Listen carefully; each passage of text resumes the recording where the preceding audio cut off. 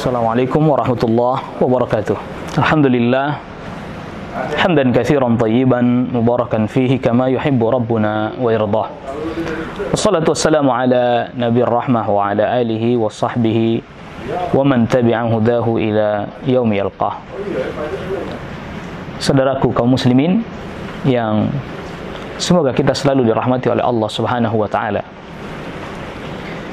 Penyakit yang ada pada tubuh kita, seringkali kita merasakan bahwa penyakit itu sangat sakit sekali dan mengganggu aktivitas-aktivitas yang kita lakukan. Tetapi tahukah kita bahwa penyakit yang ada di dalam hati itu penyakit yang jauh lebih berbahaya.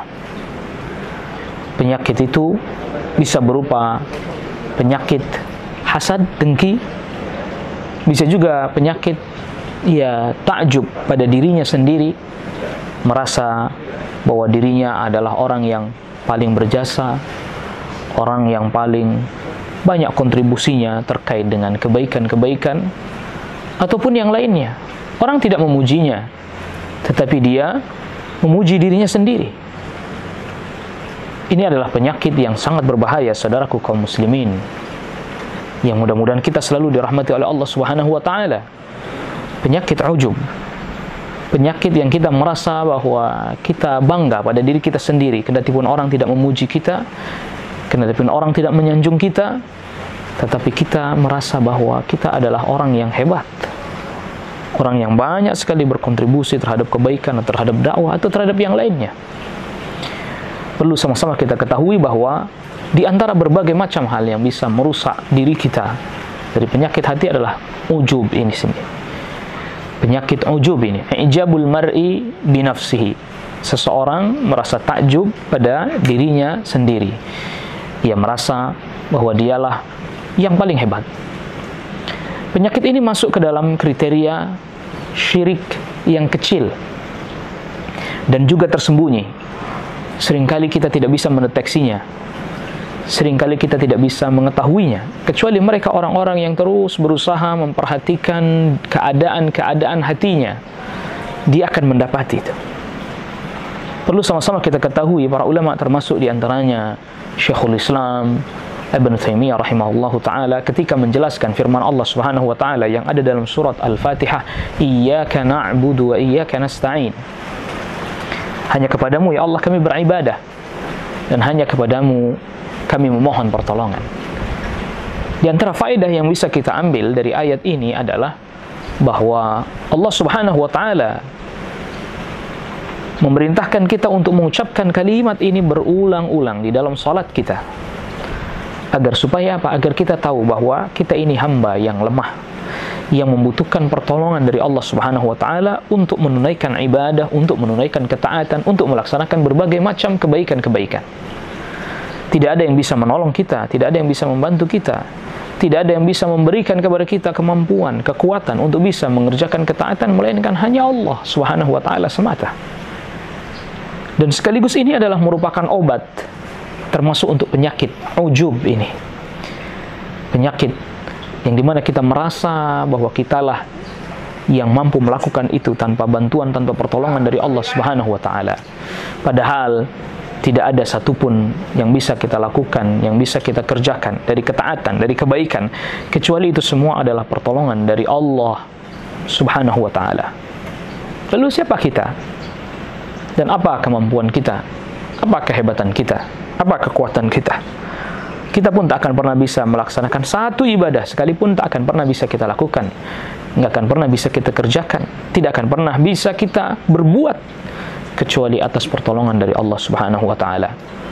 Maka para ulama menjelaskan di dalam firman Allah Subhanahu wa taala, wa iyyaka nasta'in, dan hanya kepadamu kami mohon pertolongan, yang dimaksud adalah kita menyerahkan segala urusan kita kepada Allah Subhanahu wa taala. Yang makna dari wa iyyaka nasta'in juga adalah la haula wala quwwata illa billah.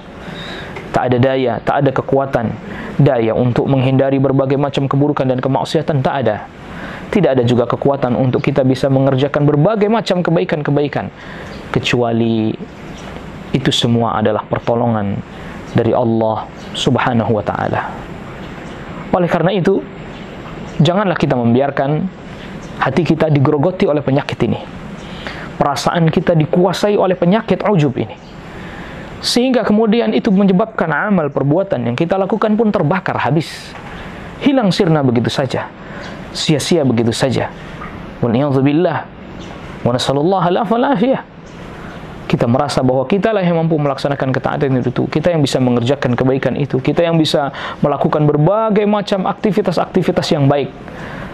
Padahal itu semua adalah merupakan pertolongan dari Allah Subhanahu wa ta'ala. Khawatirlah kita, apa yang kita kerjakan, apa yang kita lakukan, hangus semuanya, hilang semuanya, terbakar, disebabkan karena penyakit ujub tersebut, saudaraku kaum muslimin, yang mudah-mudahan kita semua selalu dirahmati oleh Allah Subhanahu wa ta'ala.